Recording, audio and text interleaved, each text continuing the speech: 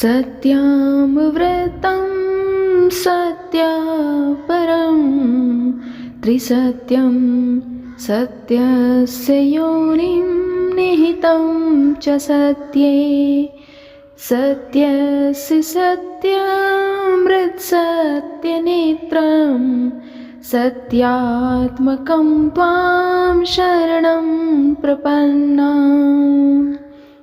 प्रेम से बोलिए श्री सत्यनारायण भगवान की जय। भक्तगणों, अब मैं आपको सुनाने जा रही हूँ श्री सत्यनारायण भगवान की व्रत कथा। सत्यनारायण भगवान की व्रत कथा को बड़े ही भक्ति भाव और श्रद्धा के साथ अंत तक जरूर सुनिएगा। श्री सत्यनारायण भगवान सभी की मनोकामनाओं को पूर्ण करें।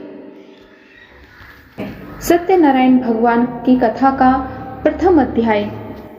एक समय की बात है, नैमिषारण्य तीर्थ में शौनकादि 88,000 ऋषियों ने श्री सूत जी से पूछा, हे प्रभु, इस कलयुग में वेद विद्या रहित मनुष्यों को प्रभु भक्ति किस प्रकार मिल सकती है तथा उनका उद्धार कैसे होगा?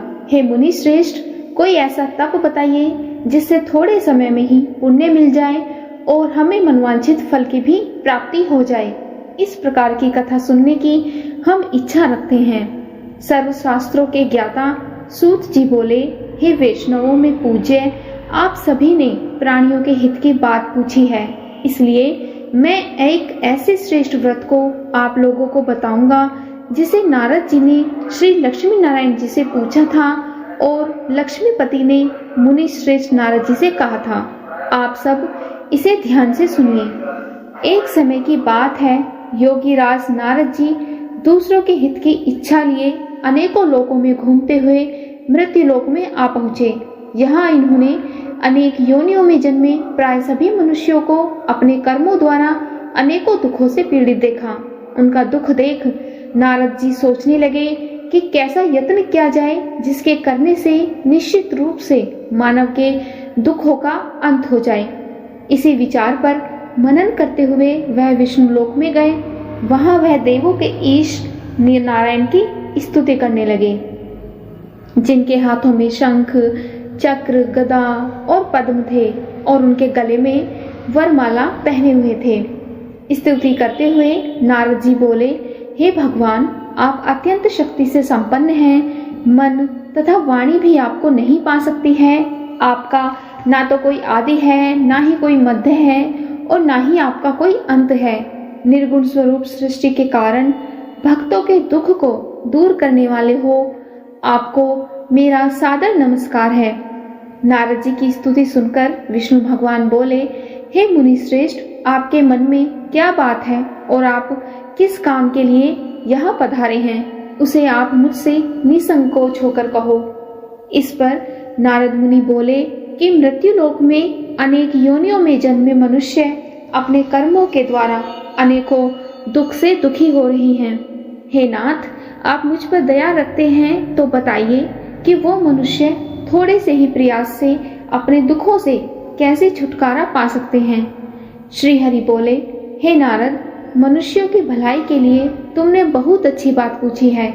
जिसके करने से मनुष्य मोह से छूट जाता है, वह बात मैं तुमसे कहता हूँ, उसे सुनो। स्वर्गलोक व मृत्युलोक दोनों में एक दुर्लभ उत्तम व्रत है जो पुण्य देने वाला है। आज प्रेमवश होकर मैं उसे तुमसे कहता हूँ।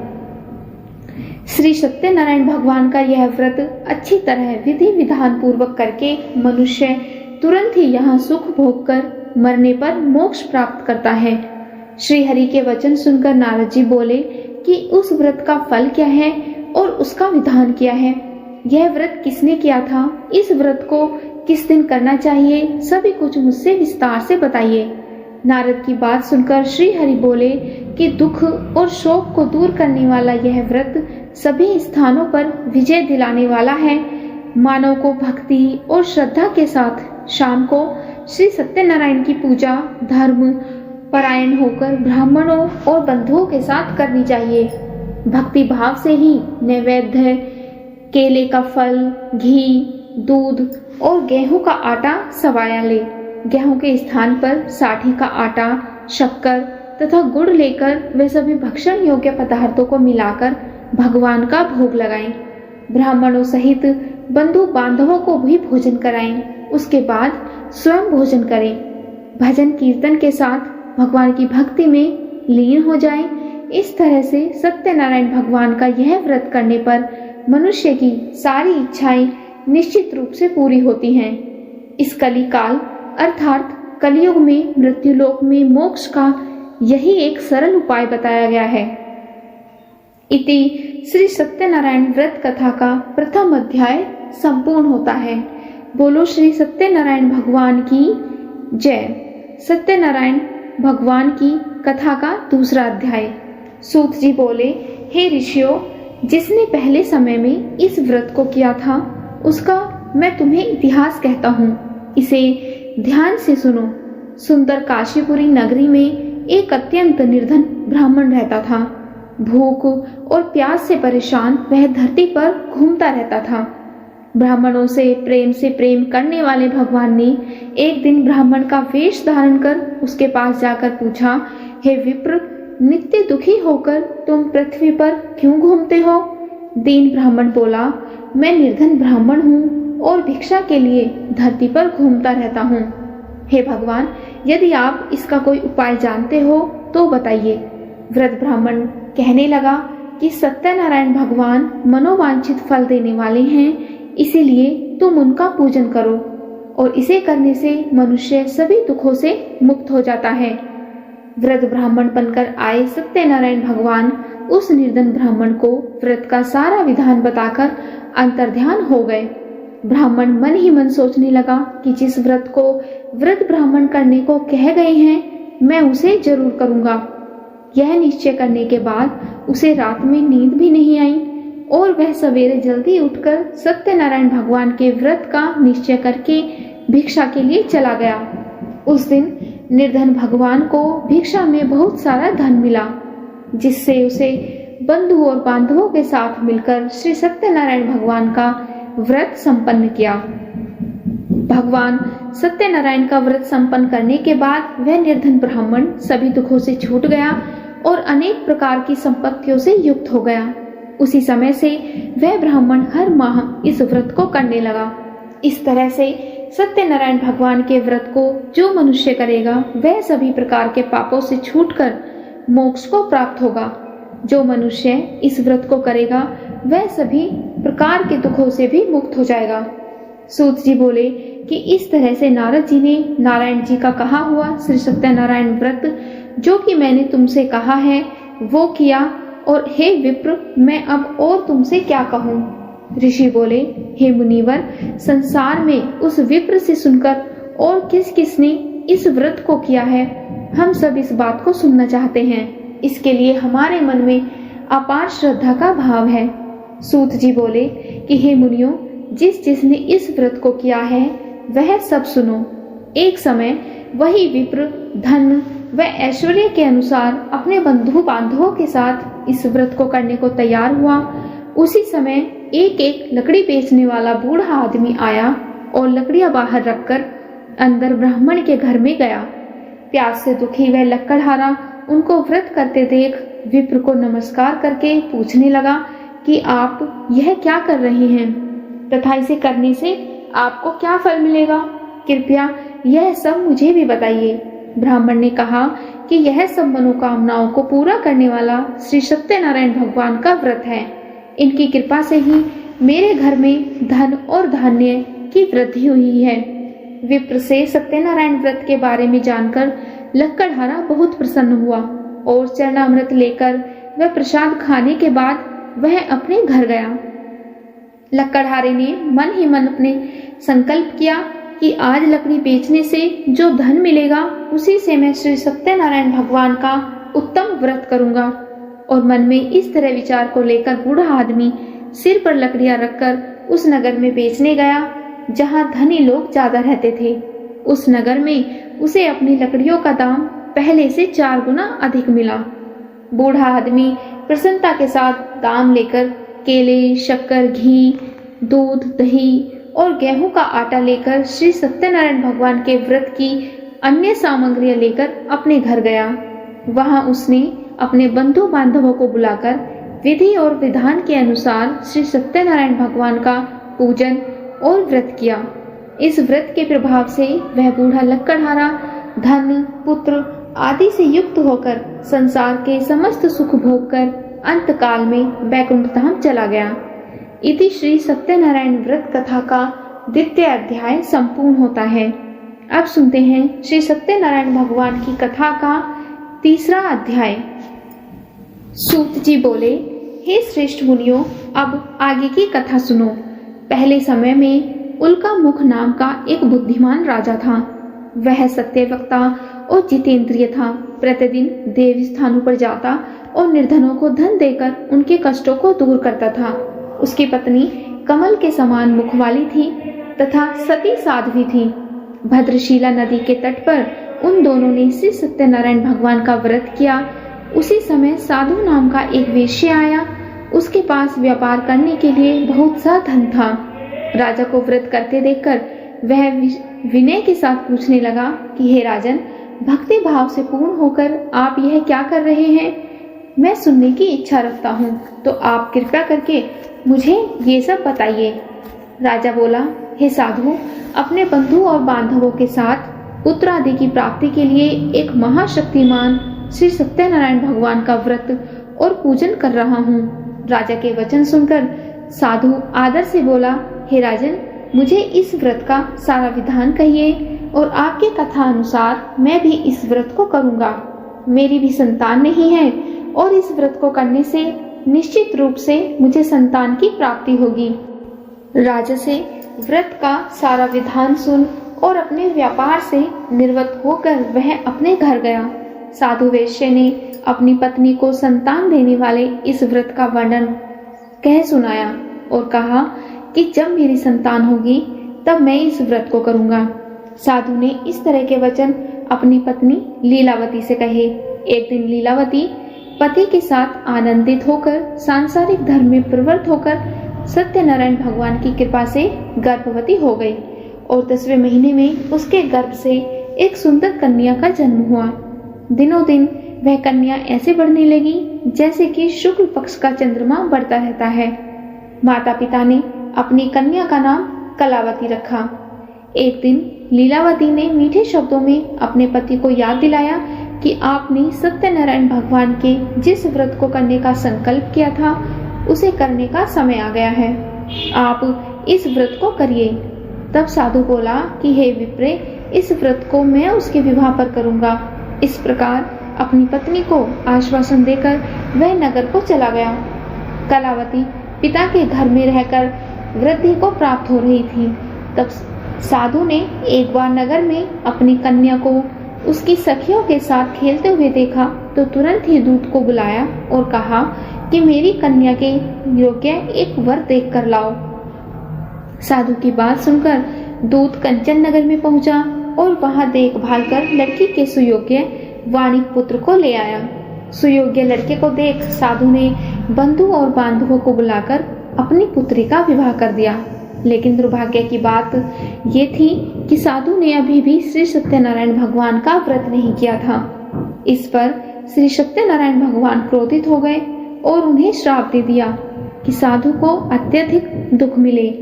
अपने कार्य में कुशल साधु बनिया जमाई को लेकर समुद्र के पास स्थित होकर रत्नासारपुर नगर में गया।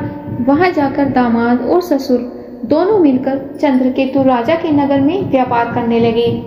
एक दिन भगवान सत्यनारायण की माया से एक चोर राजा का धन चुराकर भाग रहा था।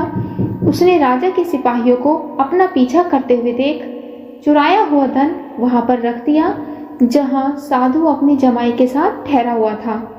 राजा के सिपाहियों ने साधु वेश्य के पास रखा हुआ धन पड़ा देखा तो वह ससुर और जमाई दोनों को बांधकर प्रसन्नता से राजा के पास ले गए और कहा कि उन दोनों चोरों को हम पकड़ लाए हैं।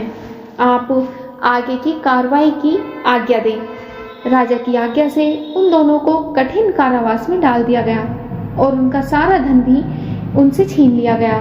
श्री सत्यनारायण भगवान से श्राप से साधु की पत्नी भी बहुत दुखी हुई।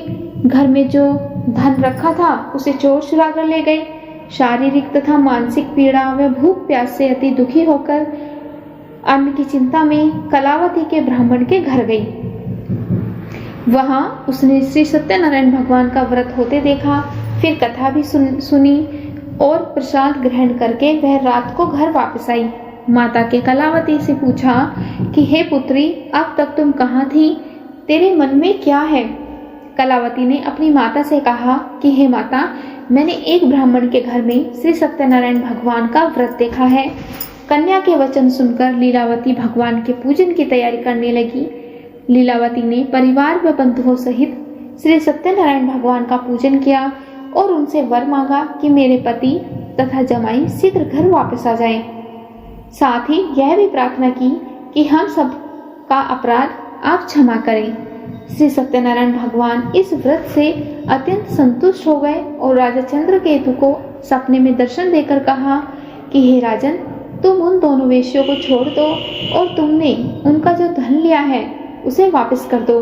अगर तुमने ऐसा नहीं किया तो मैं तुम्हारा धन और तुम्हारा राज्य और तुम्हारी संतान सभी को नष्ट कर दूंगा।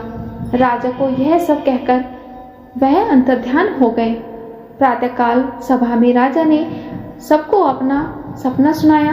फिर बोले कि वणिक पुत्रों को कैद से मुक्त करके सभा में ले आओ।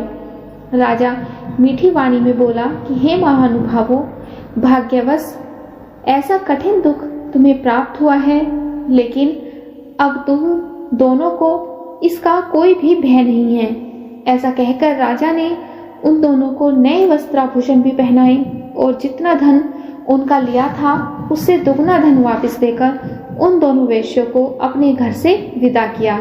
अब वो दोनों वेश्य अपने घर को चल दिए।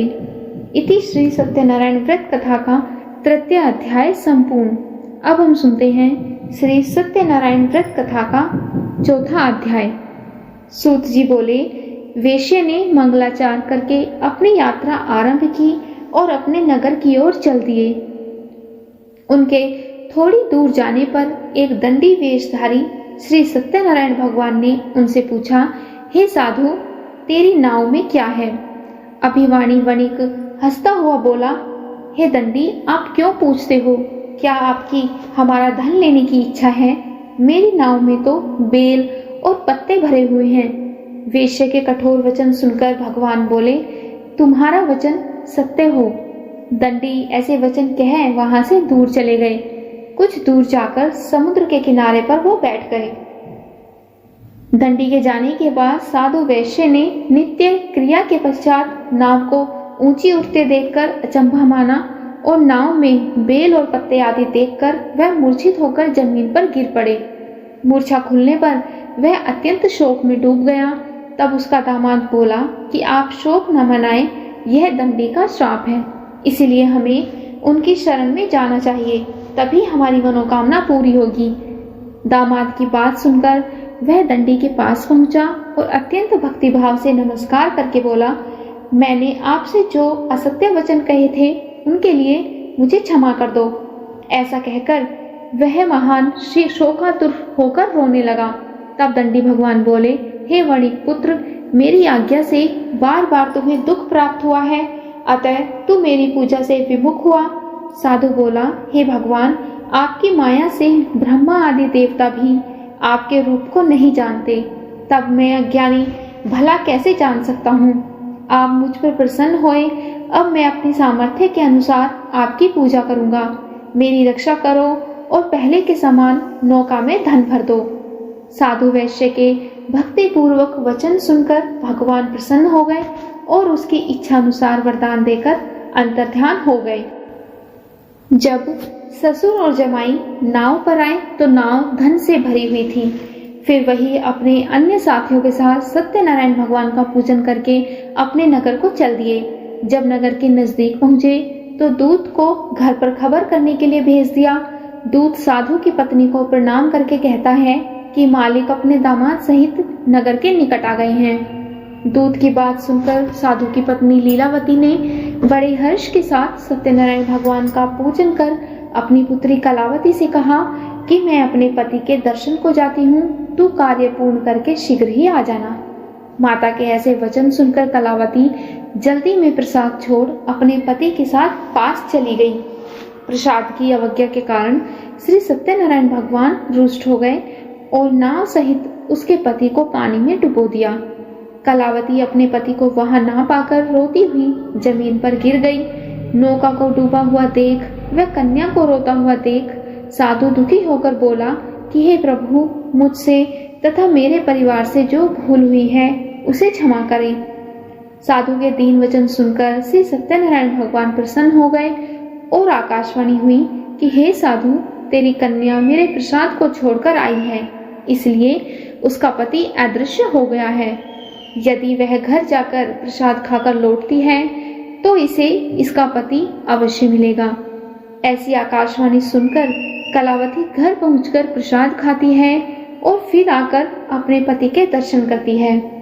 उसके बाद साधु अपने बंधु बांधवों सहित श्री सत्यनारायण भगवान का विधि विधान के साथ पूजन करता है और इस लोक का सुख भोग कर अंत में स्वर्गलोक को जाता है। इति श्री सत्यनारायण व्रत कथा का चतुर्थ समाप्त होता है। अब हम सुनते हैं श्री सत्यनारायण भगवान की कथा का 5वां अध्याय। सूत जी बोले, हे ऋषियों, मैं और भी एक कथा सुनाता हूँ, उसे भी ध्यान पूर्वक सुनो। प्रजापालन में लीन तुंगध्वज नाम का एक राजा था। उसने भी भगवान का प्रसाद त्याग कर बहुत ही दुखी सान किया था। एक बार वन में जाकर अन्य पशुओं को मारकर वह बड़ के पेड़ के नीचे आया। वहां उसने ग्वालों को भक्ति भाव से अपने बंधु बांधवों सहित श्री सत्यनारायण भगवान का पूजन करते देखा। अभिमानवश राजा ने उन्हें देखकर भी पूजा स्थान में नहीं गया और न ही उसने भगवान को नमस्कार किया। ग्वालों ने राजा को प्रसाद दिया, लेकिन उसने वो प्रसाद भी नहीं खाया और प्रसाद को वहीं छोड़कर वह अपने नगर को चला गया। जब वह नगर में पहुंचा तो वहां सब कुछ तहस नहस हुआ पाया, तो वह शीघ्र ही समझ गया कि यह सब भगवान ने ही किया है। वह दोबारा ग्वालों के पास पहुंचा और विधि पूर्वक पूजा करके प्रसाद खाया, तो श्री सत्यनारायण भगवान की कृपा से सब कुछ उसका पहले जैसा हो गया। दीर्घ काल तक सुख भोगने के बाद और मरणोपरांत उसे स्वर्गलोक की प्राप्ति हुई। जो मनुष्य परम दुर्लभ इस व्रत को करेगा तो भगवान सत्यनारायण की अनुकंपा से उसे धन और धान्य की प्राप्ति होगी। निर्धन धनी हो जाता है और भय मुक्त होकर अपना जीवन जीता है। संतानहीन मनुष्य को संतान सुख मिलता है और सारे मनोरथ पूर्ण होने पर मानव अंत काल में वैकुंठ लोक को चला जाता है। सूत जी बोले, जिन्होंने पहले इस व्रत को किया है, अब उनके दूसरे जन्म की कथा कहता हूँ। वृद्ध सतानंद ब्राह्मण ने सुदामा का जन्म लेकर मोक्ष की प्राप्ति की। लक्कड़हारे ने अगले जन्म में निषाद बनकर मोक्ष प्राप्त किया। उल्का मुख नाम का राजा दशरथ होकर वैकुंठ को गए। साधु नाम के वेश्य ने मोरध्वज बनकर अपने पुत्र को आरे से चीरकर मोक्ष पाया और महाराज तुंगध्वज ने स्वयं भू होकर भगवान में भक्ति युक्त हो कर्म करके मोक्ष पाया। इति श्री सत्यनारायण व्रत कथा का 5वां अध्याय समाप्त होता है। श्रीमन्नारायण नारायण नारायण भजमन नारायण नारायण नारायण। श्री सत्यनारायण भगवान की जय।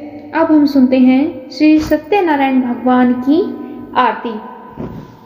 जय लक्ष्मी रमणा स्वामी, जय लक्ष्मी रमणा सत्यनारायण स्वामी, जन पातक हरना। ओम जय लक्ष्मी रमणा रत्न जड़ित सिंहासन, अद्भुत छवि राजे। नारद करत निरंजन, नारद करत निरंजन, घंटा ध्वनि बाजे। ओम जय श्री लक्ष्मी रमणा।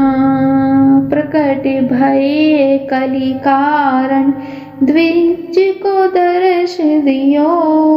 बूढ़ा ब्राह्मण बन कर कंचन महल कियो। ओम जय लक्ष्मी रमणा। दुर्बल भील कठारो जिन पर कृपा कई। चंद्रचूड़ एक राजा तिनके विपत्ति हरी।